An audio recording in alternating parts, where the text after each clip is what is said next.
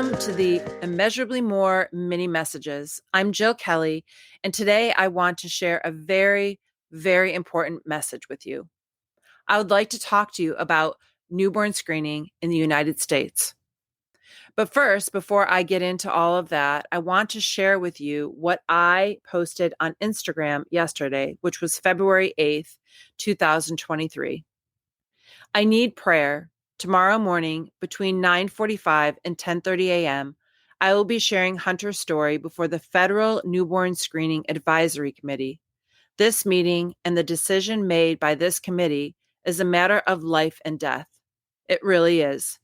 If Hunter was tested at birth for Krabbe disease, he might still be here today. He would be here to celebrate his birthday on Valentine's Day, and who knows, maybe he'd even be playing football. But he was not tested at birth, and therefore he was never able to get life-saving treatment. We have been trying to get Krabbe on the federal newborn screening panel for almost 2 decades. Almost 2 decades. Tomorrow is another opportunity to go before the federal committee. Please pray that the committee votes yes, so that all children born in the United States are screened for Krabbe at birth and have a chance to live. Now, this morning, I went before the committee that I just spoke about. And here is what I shared. Good morning. My name is Jill Kelly, and I am the co-founder of the Hunter's Hope Foundation, the wife of Hall of Fame Buffalo Bills QB Jim Kelly, and the mother of Aaron, Hunter, and Cameron. When I found out that our second child would be a son, I was filled with joy.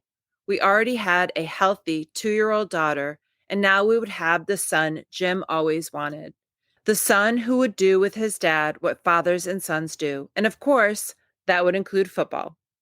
Hunter was born on his father's birthday, Valentine's Day, February 14th, 1997. As a newborn, Hunter had a perfect APGAR test and passed all of the newborn screening tests done in New York State at the time.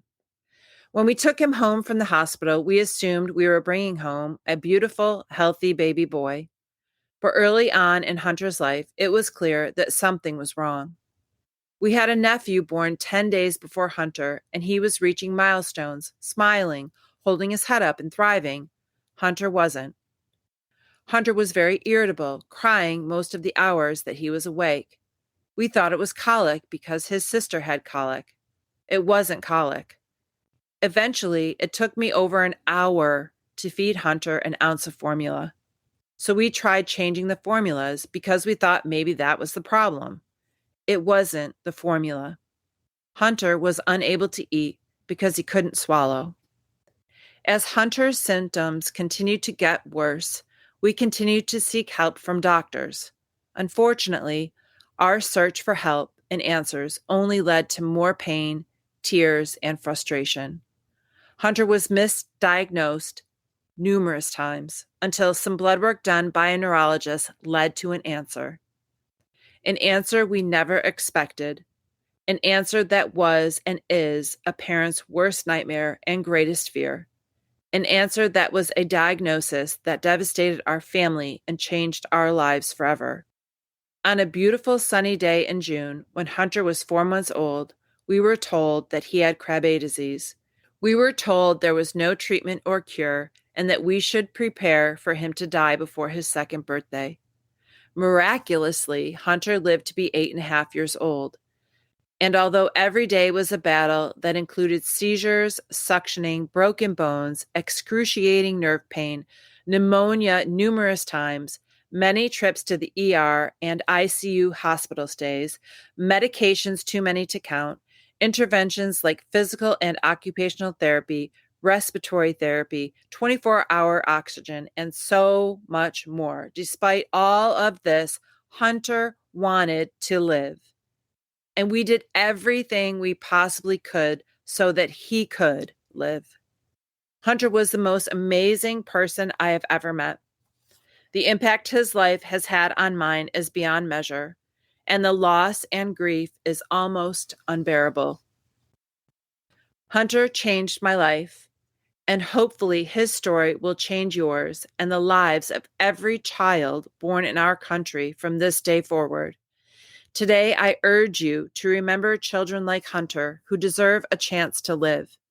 Since 2009, when this committee voted against adding Krabbe to the RUSP, 136 children that we know of were born in the U.S. and, like Hunter, diagnosed too late to receive treatment. 136 children died.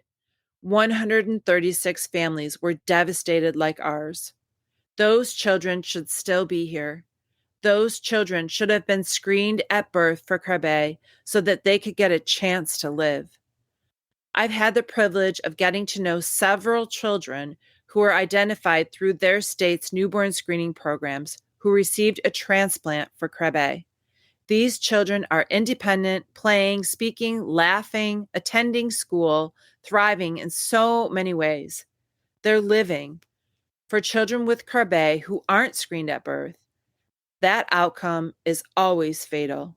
Without Krabbe's inclusion on the recommended universal newborn screening panel and on every state's newborn screening panel, children will continue to go undiagnosed and they will die, just like Hunter.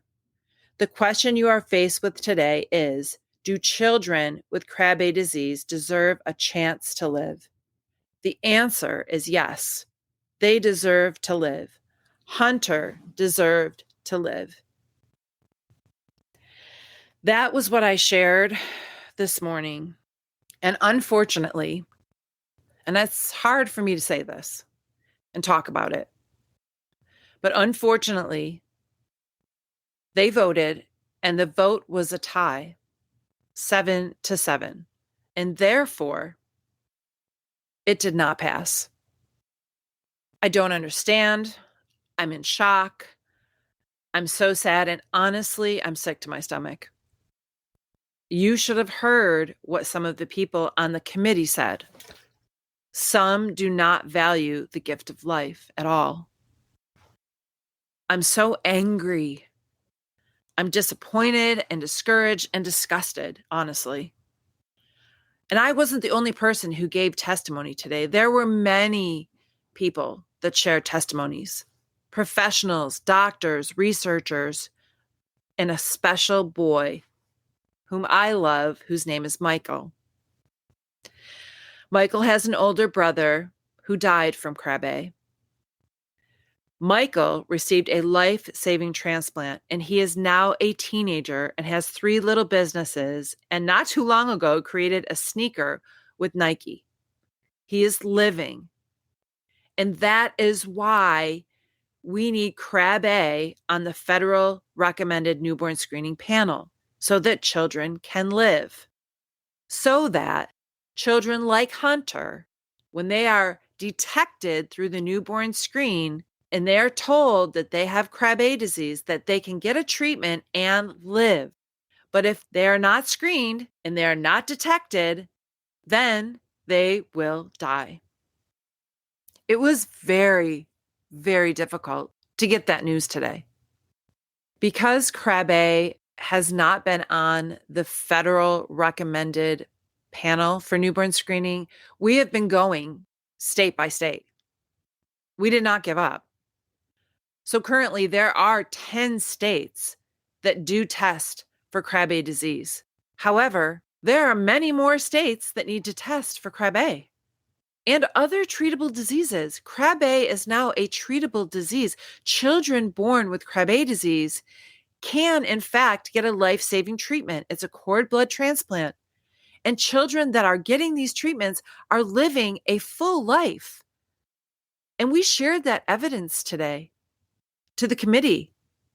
And yet, they still voted against it. We were so discouraged. And to be honest, my heart is broken. But we will not give up the fight to save the children of the future of our country. If the federal government won't do this, we will. 10 states are already testing. We will continue to go to all the other states. We will.